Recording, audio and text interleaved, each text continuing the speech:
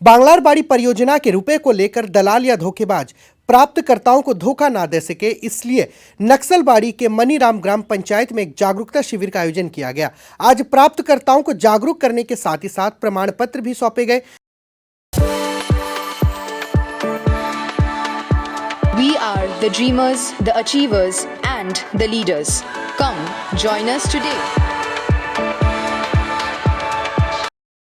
बताया गया है कि आज पंचायत कार्यालय ने बांगलार बाड़ी परियोजना के तहत घर पाने वाले लोगों को सावधान रहने का संदेश दिया है।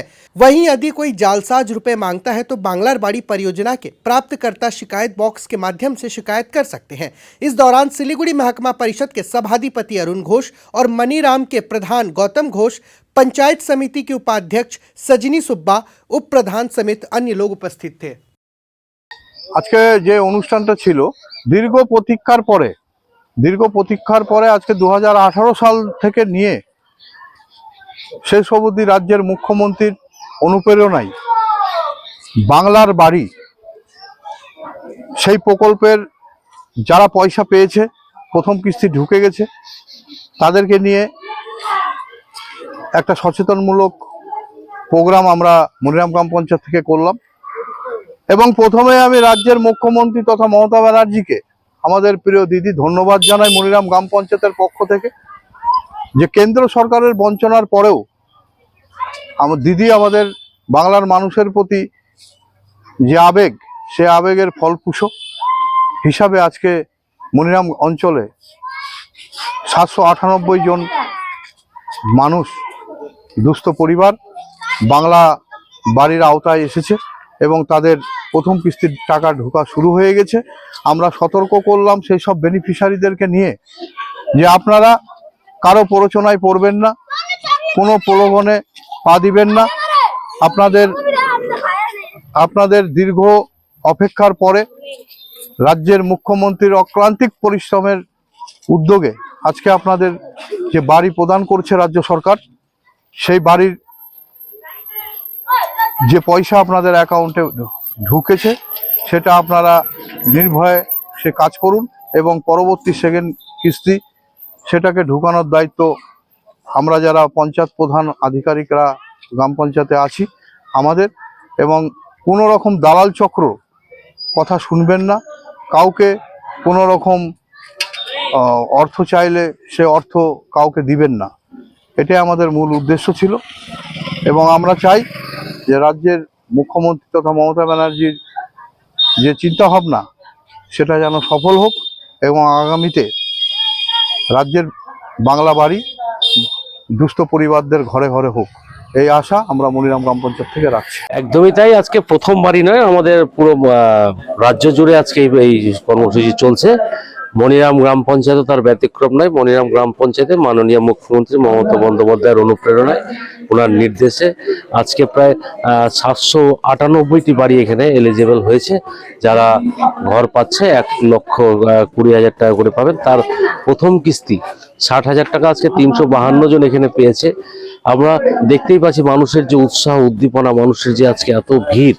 আমরা 2018 সাল থেকে এই বাংলার বাড়ি, বাংলা আবাস যোজনা তখন ছিল, যেটাকে নিয়ে অনেকবার সার্ভে হয়েছে। সেন্ট্রাল টিম বারবার এখানে এসছে।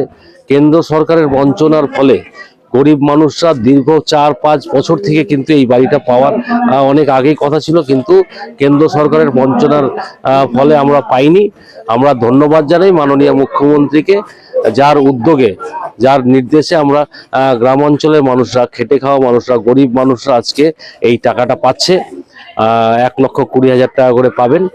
আরো যারা এলিজিবল আছে, মমতা বন্দ্যোপাধ্যায় বলেছে যে আগামী দিনে আবার সার্ভে হবে।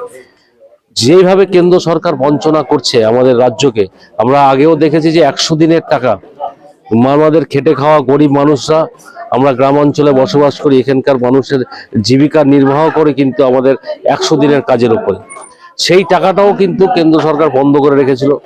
পশ্চিমবঙ্গের মাননীয় মুখ্যমন্ত্রী সেই টাকাটা দিয়েছেন। এখনো সেন্ট্রাল গভর্নমেন্ট কিন্তু 100 দিনের কাজ শুরু করেনি, যার ফলে গ্রাম পঞ্চায়েতগুলো কিন্তু আমরা অনেক রাস্তাও কিন্তু আমরা তৈরি করতে পারছি না। কারণ তার যে 40% টাকা হতো সেটা দিয়ে কিন্তু আমরা পাকা কাজটাও করতাম, সেই টাকাটাও কেন্দ্র সরকার দিচ্ছে না। আমাদের একটাই আমাদের মমতা বন্দ্যোপাধ্যায় আছেন, ওনার গরিব মানুষের প্রতি ওনার যে উনি যেভাবে দেখাশোনা করেন সেইভাবে যদি আগামী দিনে ধরে আমাদের সরকার আরো অনেক দিন যাবে। আমরা জানি মুখ্যমন্ত্রী সবসময় গরিব মানুষের পাশে ছিলেন, আছেন এবং থাকবেন। আমরা চেষ্টা করি যাতে মানুষের পাশে থাকা যায়। যেভাবে মমতা বন্দ্যোপাধ্যায় নির্দেশ দিবে আমরা পঞ্চায়েত সমিতি এবং মহকুমা পরিষদ 3টা স্তরে কিন্তু আমরা মানুষের জন্য কাজ করব। আমরা অভিযোগ বক্সটা এই জন্যই রেখেছি, বিভিন্ন সময় কিছু দালালরা যারা দালাল চক্র চালায় তারা কি করবে, মানুষের বাড়ি বাড়ি গিয়ে বলবে যে টাকাটা আমি এনে দিয়েছি, আমাকে কিছু টাকা দাও। তা আমরা সেই সব যাদের সমস্যাগুলো না ঘটে, এটা গরিব মানুষের টাকা। মমতা বন্দ্যোপাধ্যায় অনেক কষ্ট করে রাজ্যের কোষাগার থেকে কিন্তু এই টাকাটা উনি দিচ্ছেন। আমরা চাই যার জন্য দিচ্ছেন তার টাকাটা পুরোটা তিনি ইউটিলাইজ করুন, মাঝখানে যাতে কোনো মিডিয়েটাররা গিয়ে সরকারের নাম যাতে বদনাম না হয় সেই জন্য আমরা প্রতিটা গ্রাম পঞ্চায়েতে কিন্তু কমপ্লেন বক্সটা দিয়েছি, যে কারো যদি অভিযোগ থাকে আমরা জানালে আমরা কিন্তু সঙ্গে সঙ্গে অ্যাকশন নেব এবং কড়া পদক্ষেপ নেব। যদি আর দালাল চক্রদেরকেও আমরা হুঁশিয়ারি করতে চাই, গরিব মানুষের টাকা, এটা গরিব মানুষের টাকার পেছনে যাবেন না। মমতা বন্দ্যোপাধ্যায় অনেক কষ্ট করে মানুষকে এই টাকা দিয়েছেন, এই টাকাতে যাতে ওনারা ওনার বাড়ি করতে পারে। যেভাবে গাইডলাইন দেওয়া আছে, আমরা বিডিও অফিস থেকে একটা স্কেচ ম্যাপ করে দিয়েছি, সেই স্কেচ ম্যাপ অনুসারে ওনারা বাড়ি বানাক। এখন 50% টাকা পেয়েছে, আগামী দিনে আবার 50% টাকা পাবেন। মমতা বন্দ্যোপাধ্যায় যেটা বলেন সেটা উনি করেন, এটা প্রমাণ আগে আমরা অনেকবার দেখেছি। এটা আমরা 100 দিনের কাজের ক্ষেত্রে আমরা দেখেছি, আমরা বাংলার বাড়িতেও দেখলাম। সব সময় মমতা বন্দ্যোপাধ্যায় যেটা বলেন সেটা তিনি করেন।